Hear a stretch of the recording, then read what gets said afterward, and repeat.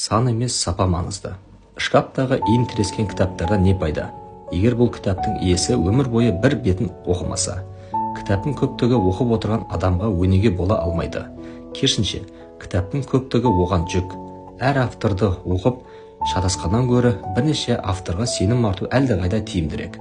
Сенека, рухтың бекемдігі жөнінде. Өле-өлгеніңізше кітап оқысаңыз да, ол үшін сізге ешкім марапат бермейді. Тіпті әлемдегі ең көп кітап оқитын адам болсаңыз да, тіпті бір күнде бір кітап оқысаңыз да, бұл кітабыңыз кітапхананың шағын филиалы ғана болмақ. Сіз ешқашан Google Books серверінде сатылған мәліметтерге жете алмайсыз және Amazonда жыл сайын пайда болатын 100 мыңдаған атауға ере алмайсыз. Бәлкім, кітап оқуға келгенде кітаптың санына емес, сапасына басымдық берген дұрыс болар. Мүмкін жаңа түскен кітаптардың бәрін үстірт қарап шыққанша, бірнеше ұлы кітапты мұқият оқып шыққан жөн болар.